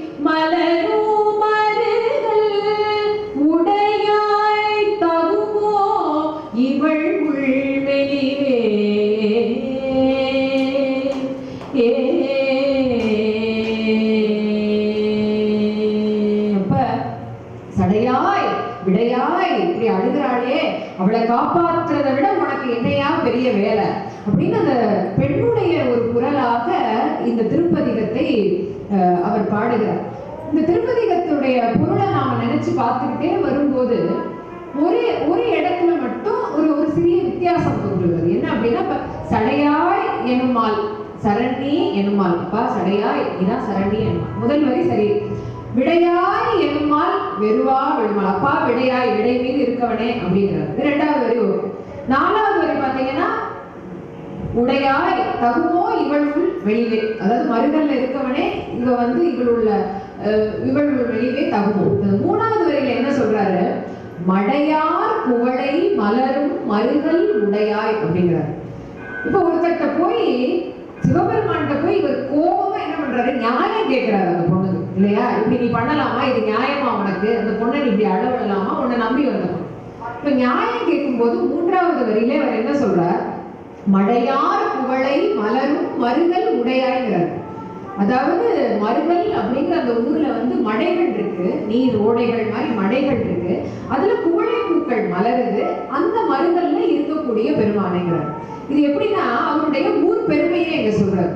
ஒருத்தட்ட கோபமா போய் நம்ம நியாயம் கேட்கும்போது, நீங்க ரொம்ப நல்லவரு, நீங்க வல்லவரு அப்படின்னு சொல்லியா நம்ம நியாயம் கேட்போம் அப்படின்னா அது ஒரு சரியா இல்லை. அந்த மூணாவது வரியில புகழ்கிறார். இது எம்பெருமானுடைய ஊரான திருமருகலை அவர் புகழ்கிறாரா அப்படின்னு சற்று நாம யோசிச்சு பார்த்தா அதனுடைய ஆழமான அர்த்தத்துக்கு நாம போகிறோம். அந்த இடத்துல அவர் என்ன சொல்ல வராரு அப்படின்னு பார்த்தா, இப்ப சிவபெருமானே கர்ப்ப கிரகத்திலே நீ உட்கார்ந்துருக்க, ஊர்ல என்ன நடக்குதுன்னு நீ பார்க்கலையா, உனக்கு தெரியலையா? இந்த திருமருகல் அப்படிங்கிற ஊர்ல நிறைய மடைகள் இருக்கு, அந்த மடைகள்ல குவளை பூக்கள் எல்லாம் வாடி கிடக்குது. ஆனா அந்த குவளை பூக்கள் எல்லாம் அந்த சந்திர ஒளியை பார்த்தோன்னா அப்படி மலர்ந்து சிரிச்சு மலர்ந்து நிக்குது.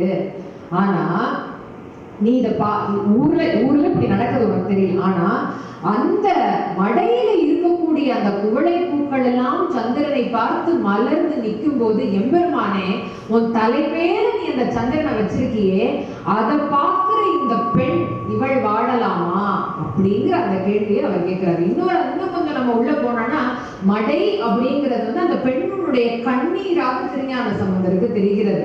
அந்த பெண் கலங்கி நிற்கும் அந்த வெளிகள் அங்க வாடி கிடக்கிற குவளை போல தெரிகிறது. அதனால என்ன சொல்றாரு, மடையார் குவளை மலரும் மருகல் உடையாய் தகுமோ இவள் உள்மெலிவே அப்படின்னு.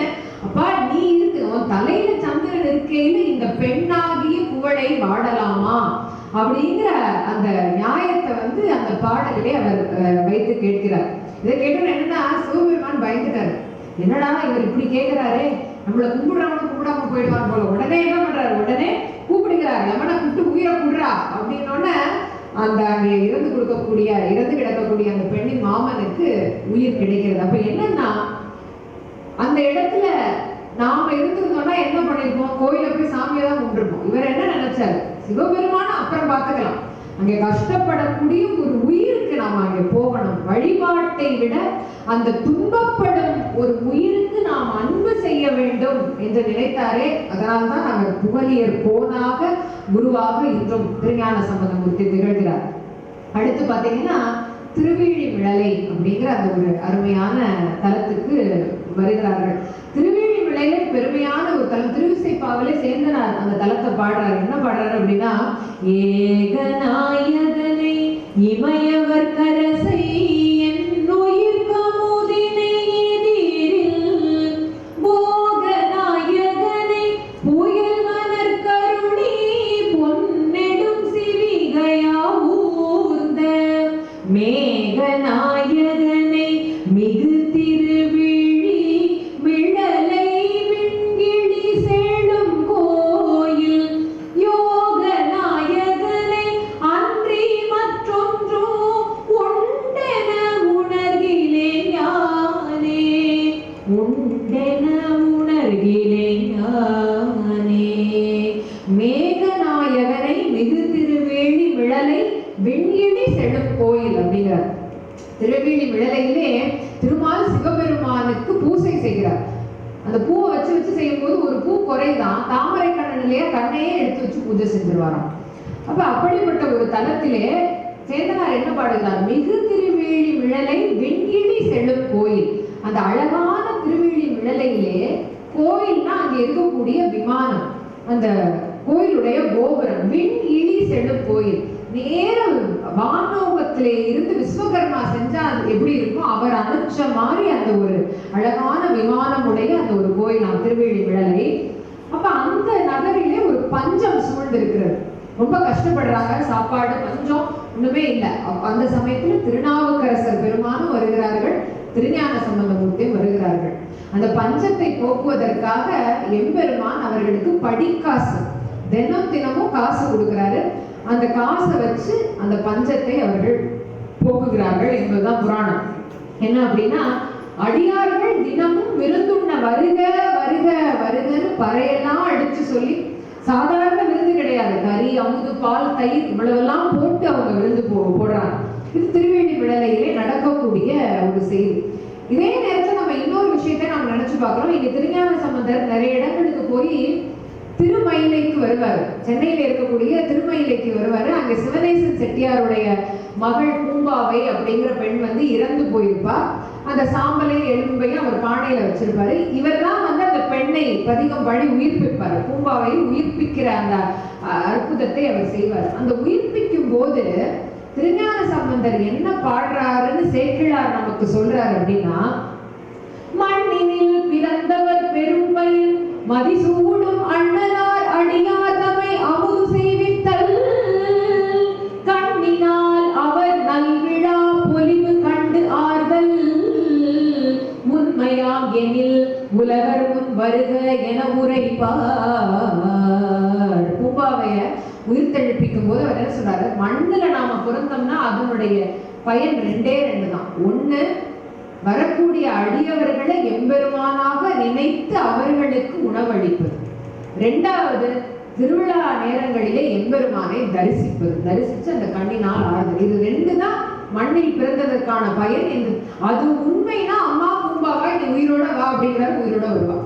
அப்ப அதை திருஞான சம்பந்தர் எதுக்கு இந்த இடத்துல சொல்றேன்னா, திருஞான சம்பந்தர் அதை அமுத படைப்பதை சும்மா தேவாரத்துல பாடிட்டு போக அவர் செய்கிறார். திருவேணி மிழலையிலே அதை அவர் செய்கிறார். அந்த அடியார்களுக்கு உணவு அளிக்கிறார்கள் திருநாவுக்கரசரும் திருஞான சம்பந்தரும். இத சுந்தரமூர்த்தி சுவாமிகள் அவருடைய திருப்பாட்டிலே, அவர் அதுக்கப்புறம் வந்தவர் 8ஆம் நூற்றாண்டுல, அவர் அழகா சொல்றாரு, இருந்து நீர் தமிழோடு இசை கேட்கும் இச்சையார் காசு நித்தல் நல்கி நீர். சிவபெருமான் டெய்லி உங்ககிட்ட தேவாரம் கேட்கணுங்கிறதுக்காக டெய்லி காசு கொடுத்தாராம். இப்ப இந்த காசு கொடுக்கறத நம்ம யோசிச்சு பார்க்கணும். இப்போ ஒருத்தர் நமக்கு கஷ்டம்னு கேட்கறாங்கன்னு வச்சுக்கோங்க, கொஞ்சம் கஷ்டமா இருக்கு, வீட்டுல கஷ்டமா இருக்கு, பண கஷ்டமா இருக்கு. உடனே நம்ம என்ன செய்வோம், இந்தாப்பா நீங்கிட்ட ஒரு 500 ரூபா இருக்கு, நீ வச்சுக்க, இதை வச்சு உன் கஷ்டத்தை சரி பண்ணி அப்படின்னு சொன்னா அது உதவும். அதை விட்டுட்டு நான் டெய்லி உனக்கு 5 ரூபா தரேன், டெய்லி நீ வா, டெய்லி என்கிட்ட 5 ரூபா வாங்கிட்டு போ, உன் கஷ்டத்தை தீர்த்துக்கன்னா யாரு வருவா? இப்ப இவங்க 2 பேரும் கஷ்டம்னு வர்றாங்க, ஆனா டெய்லி படிக்காசு தரேங்கிறார் சிவபெருமான். ஏன்? இருந்து நீ தமிழோடு இசை கேட்கும் இச்சையால் காசு நித்தல் நல்கி. ஒரே நாள கொடுத்தா ஒரே தேவாரத்தை பாடிட்டு போயிடுவாங்க. டெய்லி கொடுத்தா டெய்லி அந்த தமிழை நாம கேட்கலாமே. இருந்து நீ தமிழோடு இசை கேட்கும் இச்சையால் காசு நித்தல் நல்கி. அப்பேற்பட்ட அந்த திருவேழி மிழலையில் தான் அவங்க அந்த அமுது படைக்கக்கூடிய அந்த அற்புதத்தை செய்கிறார்கள். வாசி தீரவே காசு நல்கி பாடுறாரு. இப்ப இது திருவேழி மிழலையிலே நடக்குது. அதற்கப்புறம் பாத்தீங்கன்னா திருமறைக்காட்டுக்கு போவாங்க. திருநாவுக்கரசர் அங்கே சாத்தி இருக்கக்கூடிய கதவு திறப்பதற்காக பாடுவார். திருஞான சம்பந்தமூர்த்தி அந்த கதவை திரும்ப மூடுவதற்காக பாடுவார். தெரிந்த புராணம் தான். இப்ப இவங்க திருமறைக்காட்டுல இருக்கையில 2 காவலர்கள் வருகிறார்கள். எங்க இருந்து வர்றாங்க? பாண்டிய நாட்டுல இருந்து வர்றாங்க. திருஞான சம்பந்தரை அழைத்துட்டு போறதுக்காக வர்றாங்க. யார் அனுப்பிச்சிருப்பா? பாண்டிய நாட்டு அரசி பாண்டிமாதேவி மங்கையர்க்கரசியார், அங்க இருக்கக்கூடிய அமைச்சர் குலச்சிறையார் அனுப்பிச்சிருக்காங்க. போய் திருஞான சம்பந்தரை கூட்டிட்டு வரணும். ஏன், எதுக்கு கூட்டிட்டு வரணும்?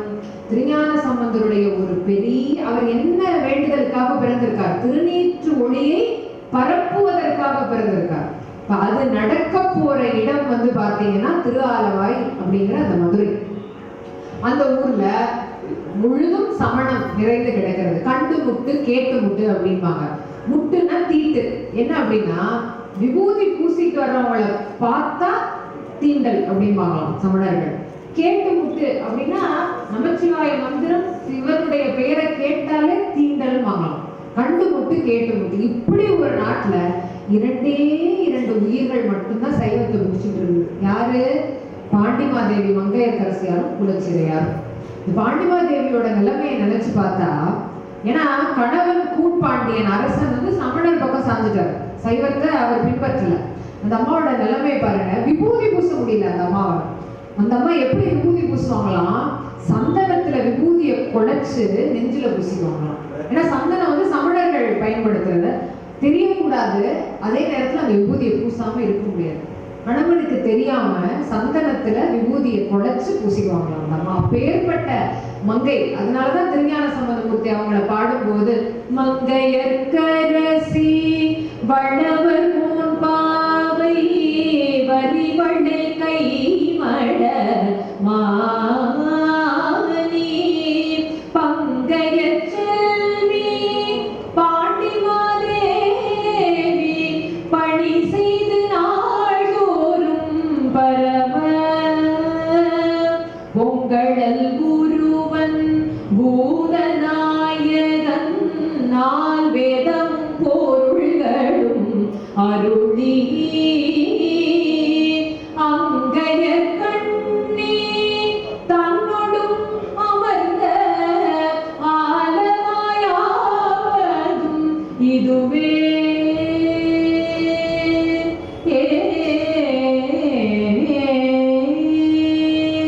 அப்படி திருஞான சம்பந்தமூர்த்தி மங்கையர்க்கரசியார பாடுறாரு. ஏன்னா அந்த அம்மாவுடைய பெருமை. அப்ப அந்த திருநீற்று ஒளியை பரப்ப ஒரு குழந்தை வேண்டும்னு வேண்டாங்களே, அந்த திருநீற்று ஒளியை பரப்புவதற்காக அவரை கூட்டிட்டு வர்றதுக்காக போறாங்க. அவர் வர்றாரு. வர்றதுக்கு முன்னாடி கோளறு பதிகம் பாடுவாரு. ஏன்னா கிளம்பும் போது திருநாவுக்கரசர் சொல்லுவாரு, நாளும் கோளும் நல்லா இல்லைன்னு. அடியவர்களுக்கு அதெல்லாம் கிடையாது என்று சொல்லிதான் வேயிறு தோழி பங்கனை பாடிவிட்டு அவர் வந்து மதுரையம் பதித்து, அதாவது நான்மாடக்குழல் திருவாலவாய்க்கு வருகிறார். அப்ப அவர் உள்ள நுழையும் போதே சமணர்களுக்கு கனவு வருகிறதாம். இந்த கனவுல என்னன்னா, அந்த சமண் பள்ளியில எல்லாம் ஆந்தையும் கோட்டாய்க்களாவும் உட்கார்ந்துருக்கான். அதெல்லாம் எப்படின்னா அது அழிய போகுது அப்படிங்கிறதுக்காக ஒரு அறிகுறி. அதெல்லாம் அவங்களுக்கு அந்த கனவுல வருதான். கனவுல வந்த உடனே அவங்களுக்கு ஒரு பயம் வந்தது.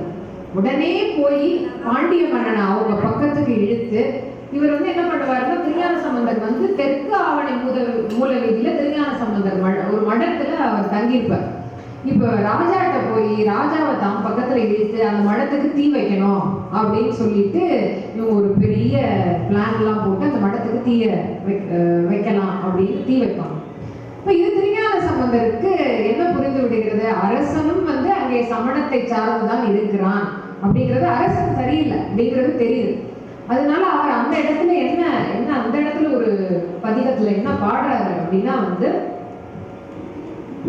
செய்யனே திரு ஆலவாய் மேவிய ஐயனே அஞ்சல் என்றருள் செய்யனை பொய்யராம் அவனர் குழுவும் சுடர் பையவே சென்று பாண்டியர்க்காகவே. அவர் என்ன சொல்றாரு? அந்த நெருப்பு பையவே, சுடர் பையவே சென்று பாண்டியர்க்காகவே.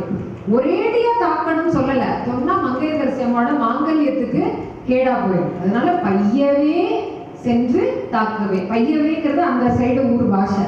பைய வாங்க அப்படின்னா மெதுவா வாங்க அப்படின்னு. பையவே சென்று பாண்டியருக்காகவே அப்படின்னோடதான் பாண்டியன் இந்த வெப்பு நோயிலே விழுகிறார். அப்ப இந்த வெப்பு நோயில உடம்பெல்லாம் எரியும் போது சமணர்கள் வர்றாங்க. சமணர்கள் வந்து மயில் பீலி வச்சு தடவுறாங்க, வாழைத்தண்டை வச்சு பண்றாங்க. நீர் ஊத்துறது நெய் ஊத்துற மாதிரி இருக்கான். நீர் ஊத்துனாலும் சரி ஆகலையா. சமணர்கள் எவ்வளவோ முயற்சி செய்யறாங்க, அந்த வெப்பு நோயை சரி பண்ண முடியல. அப்போ மங்கையர்க்கரசியாரும் குலச்சிறையாரும் அரசனிடம் சொல்றாங்க, திருஞான சம்பந்தர் வந்திருக்காரு, அவரை கூட்டிட்டு வந்தா தான் இந்த பிடி போகும், பிறவி பிணியும் போகும் அப்படின்னு சொல்லி அவரை போய் கூட்டிட்டு வர்றாங்க.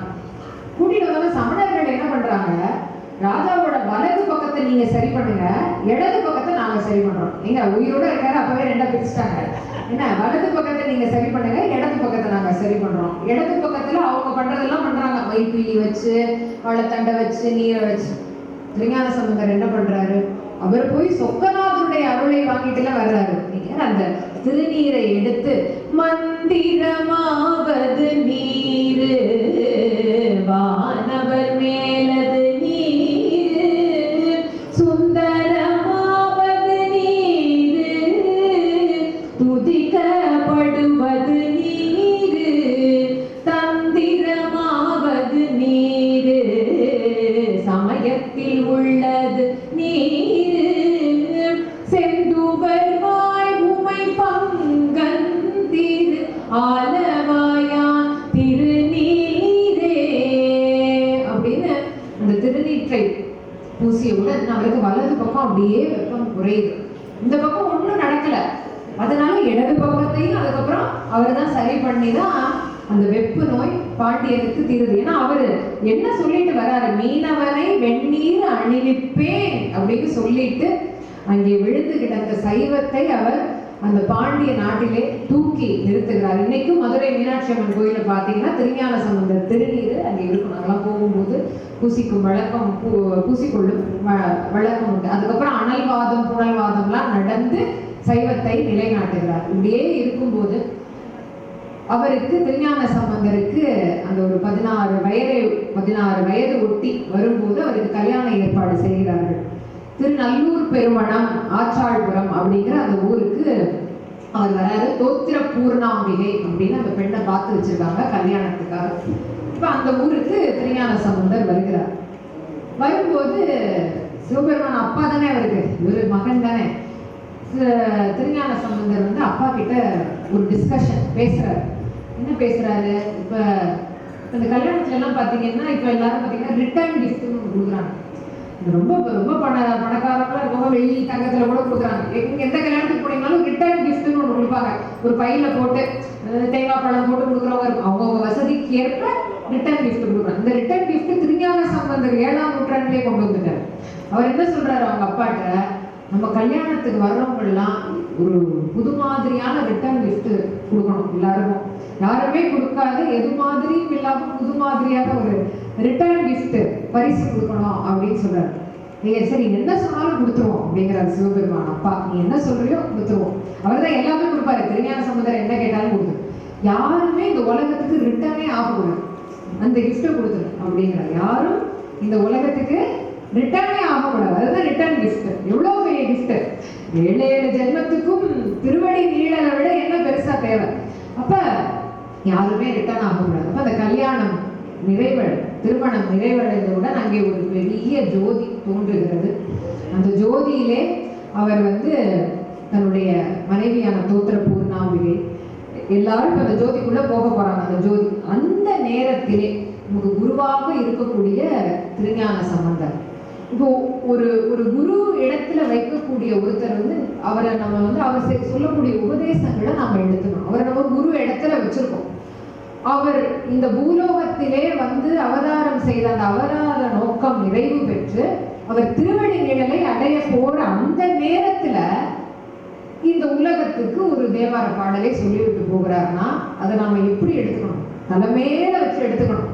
அந்த நிறைவு நேரத்துல சொல்லிட்டு போற அந்த விஷயம், காதலாகி கசிந்து கண்ணீர் மல்கி, காதலாகி கசிந்து கண்ணீர் மல்கி, போதுவார் தமை நன்னெறிக்கு உய்ப்பது, மோதுவார் தமை நன்னெறிக்கு உய்ப்பது, வேதம் நான்கினும் மெய்ப்பொருளாவது, வேதம் நான்கினும் மெய்ப்பொருளாவது, நாதன் நாமம் நமசிவாயவே, நாதன் நாமம் நமசிவாயவே.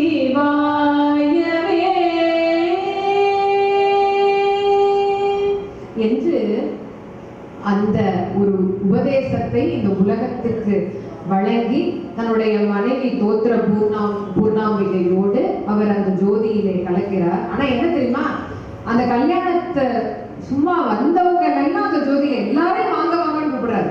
யார் யாரு? அப்பா சிவபாத இருதய பகவதியார் அம்மா 2 பேரும் அந்த ஜோதியில போறாங்க. அந்த நேரத்துல திருநீலநக்க நாயனார் முருக நாயனார் அங்க இருக்காங்க, அவங்களும் இந்த ஜோதியில கலந்துருவாங்க. திருநீலகண்ட யாழ்ப்பாண நாயனார் அவருடைய மனைவி மதங்க சூடாமணியார் அவங்களும் இந்த ஜோதியில போயிடுவாங்க. அதனாலதான் இன்னைக்கு திருஞான சம்பந்த நாயனார், திருநீலநக்க நாயனார், முருக நாயனார், திருநீலகண்ட யாழ்ப்பாண நாயனார் இவங்க 4 பேருடைய குரு பூசையும் இந்த வைகாசி மூலத்திலே நாம் இங்கே கொண்டாடுகிறோம். அங்க அந்த திருமணத்துக்கு வந்த நீங்க சும்மா அப்படி கிராஸ் பண்ணிருந்தீங்கன்னா கூட அந்த ஜோதிக்கு போயிடலாம்.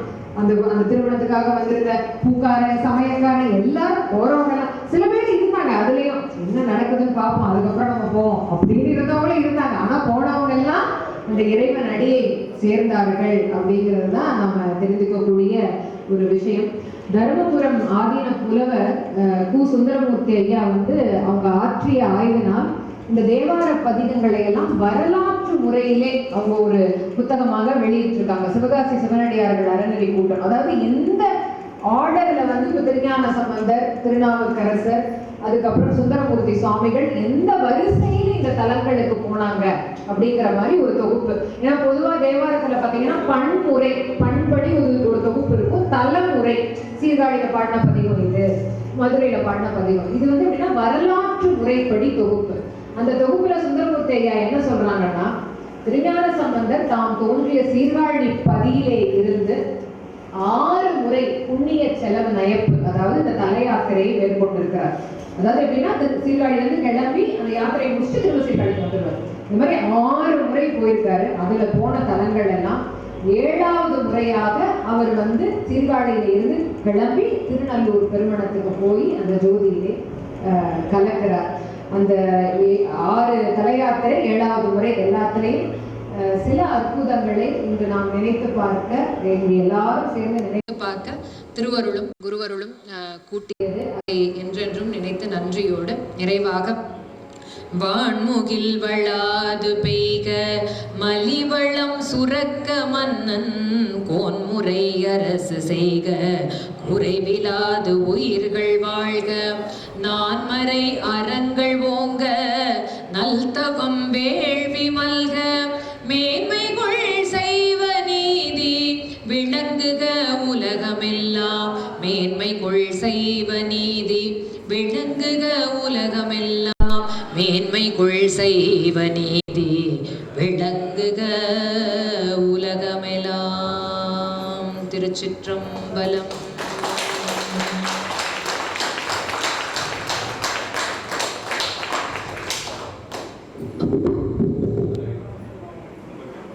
சிவனே போற்றி, நாட்டவர்க்கும் இறைவா போற்றி.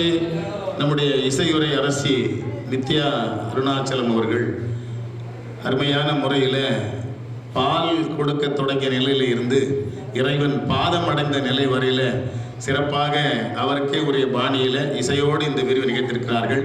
அவர்கள் முதல்ல இங்கே சொற்பொழிவு பண்ணியிருக்கிறார்கள், இசையுரை நிகழ்த்திருக்கிறார்கள். அவர்களுக்கு முன்னால் தான் வாழ்த்துறை சொல்லணும்னு சொன்னேன். ஆனால் எப்படி பேசுகிறாங்கன்னு கேட்டு வாழ்த்துறை வழங்கினால் சிறப்பாக இருக்கும் என்று எண்ணிதான் முதல்ல அவர்களை உரையாற்றுமாறு சொன்னேன். இப்பொழுது அவர்களை வாழ்த்தி குருபணி அடிகள் அவர்கள் உரையாற்றுகிறார். திருச்சிற்றம்பலம். தென்னாடுடைய சிவனே போற்றி, எந்நாட்டவர்க்கும் இறைவா போற்றி, திருக்கழுக்குன்றின் செல்வா போற்றி, பொறுப்பவர் புவனத்து அரணே போற்றி, அண்ணாமலையம் அண்ணா போற்றி, கண்ணாரமத கடலே போற்றி, ஏகம்பத்துரை எந்தாய் போற்றி, பாவம் பெண்ணுரு ஆனாய் போற்றி, காவாய் கனகத் திரளே போற்றி, கைலை மலையானே போற்றி போற்றி. மீன்பர்களே, முதற்குறவர்கள் காட்டிய வழி திருஞான சம்பந்தர் விழாவினை இசை விழாவாக நாம் சிறப்பாக 50 ஆண்டுகளுக்கு கொண்டாடி கொண்டிருக்கின்றோம். இடையில் இசை நிகழ்ச்சி இல்லாவிட்டாலும் பேச்சால் திருஞான சம்பந்தருடைய வரலாற்றினை எல்லாம் நாம் ஆண்டுதோறும் இந்த வைகாசி மூல நாளிலே நாம் நினைந்து திருஞான சம்பந்த விழாவினை சிறப்பாக கொண்டாடி கொண்டிருக்கின்றோம். ஒவ்வொருவரும் தம்முடைய வாழ்வினை சிறப்பாக செய்ய வேண்டும் என்றால் இறைவனுடைய அருள் கிடைக்க வேண்டும். எனவேதான் அவர் காட்டிய வழியில் நாம் செல்லுதல் வேண்டும் என்பதற்கேற்ப இறைவன் ஒவ்வொருவரையும் நாயன்மார்களை எல்லாம் தன்பால் ஈர்த்து ஆட்கொண்டு இறைவனுடைய அருளினை தந்து தம்முடன் இணைத்துக் கொள்கின்றார். எனவேதான் நம்முடைய வாழ்க்கை சிறப்பதற்கு ஈர்த்தன்னை ஆட்கொண்ட எந்தை பெருமானே கூர்த்தமை ஞானத்தால் என்று மாணிக்கவாசகர் பெருமான் குறிப்பிடுகின்றார்.